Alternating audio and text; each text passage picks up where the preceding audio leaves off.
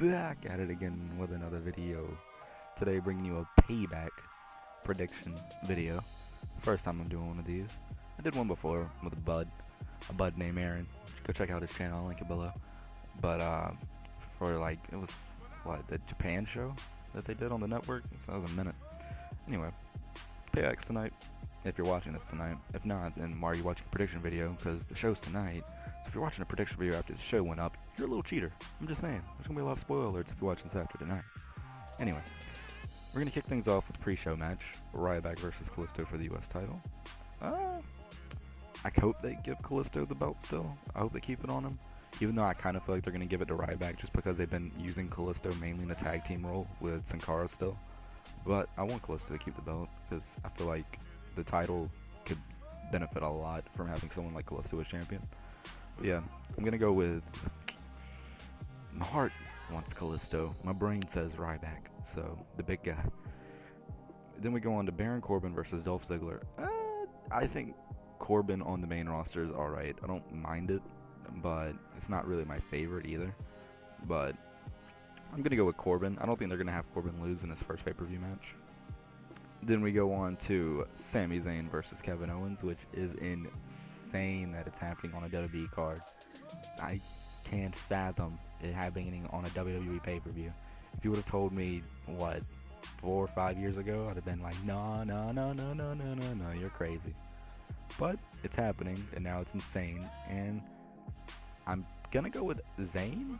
I'm not really sure. This is the only match where I don't have a clear visual in my head of who's gonna win, but either way it's gonna be insane. It's gonna be match of the night. That's what I'm calling right now. Then we go on to Chris Jericho versus Dean Ambrose.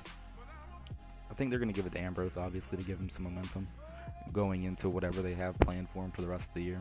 But then again, who knows, maybe not, because they don't like Ambrose apparently, so you know. But yeah, I'm gonna go with Ambrose. Then we have the finals of the WWE Tag Team Tournament, Enzo and Cass versus the Vaudevillains. I recently heard that they're making Enzo's name not Enzo Amore anymore. They're just going to call him Enzo. So that's going to be weird. But anyway, I feel like the Vaudevillains aren't going to win. Well, nah, I don't know. I feel like they could just because New Day's technically face right now. In a way. I guess more so tweener. But I'm going to go with Vaudevillains just so we have that heel versus face-ish dynamic going into... What's the next pay-per-view? Extreme Rules? Yeah. So yeah, I'm going to go with Vaudevillains. Then we go on to the Women's Championship match, Natalya versus Charlotte. If they give the belt to Natalya, I'll be so frustrated that they didn't give it to Sasha at Mania. But yeah, so I'm hoping Charlotte keeps the belt because then it'd make the most sense leading into whatever else they have planned.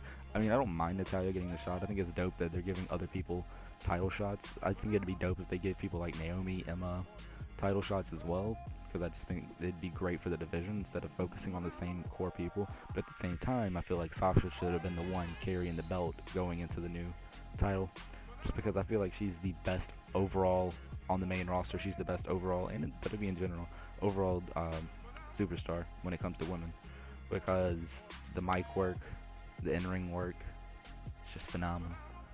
Which leads us into Cesaro versus The Miz for the Intercontinental title. And I'm going to go with Cesaro. I don't feel like they're going to put Cesaro in this just off his return and not give him the title. So it's going to be nice to see Cesaro with the Intercontinental Championship. Hopefully he has a decent reign, like lengthwise, because I really don't like the fact that they had Ryder win the belt just to lose it the next night and give it to The Miz, just for The Miz to drop it to Cesaro probably at Extreme Rules a couple weeks later. So we need to get some title reigns going. So I'm going to go with Cesaro. And then in the WWE World Heavyweight title match, we have AJ Styles versus Roman Reigns. And this is the part where the rap breaks down. I have no idea what's going to happen because of all the Bullet Club stuff. But I want to go with AJ Styles just because I feel like they could do something like that where everyone's so gung-ho on, oh, they're never going to take the belt off of Reigns this early. They're never going to take the belt off of Reigns this early, and then they plot twist it and do. Because if AJ Styles is the WWE champion tonight, that's going to be insane to me. However, he probably won't be at the same time. I called it. For any of you that are on the Grey Dog forum, you know that I was writing Phenomenal a couple months back in the TW 2013 Dynasty forum. And WrestleMania, I set up AJ Styles versus Roman Reigns.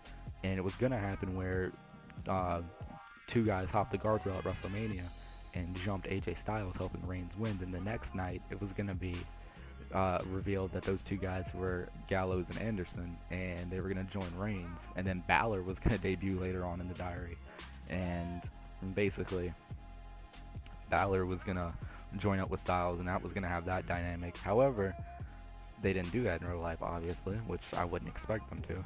But I feel like tonight, because of all the stuff where Styles is like, I'm not the one causing these attacks. I'm not the one causing these attacks.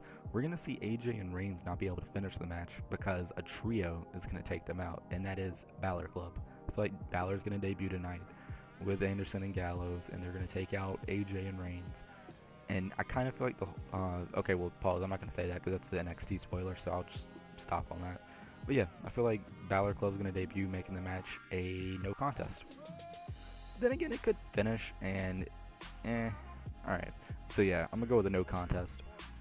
And lastly, a non-match, but Vince McMahon will announce if Stephanie McMahon and Triple H or Shane McMahon will run WWE Raw. I feel like this is easily setting up for the brand split, which I'm 100% behind if they do it right, and if they give enough big stars to SmackDown. Like Orton, Rollins, Cena, you have enough big names. Alright, you have enough big names that people will tune into to see. I mean, they're not like big names. As like, would you consider Cesaro a big name? I consider Cesaro a big name when it comes to like the internet wrestling community. And that's another thing. Make one brand literally just benefiting for the IWC, and then give the other one for the casual type fans too. That's what I would personally do. So yeah, I feel like the brand split's going to get announced in that segment, and that's my predictions for Payback. Let me know in the comments below before the show happens tonight what you think. And other than that, we out here, y'all. Take it easy.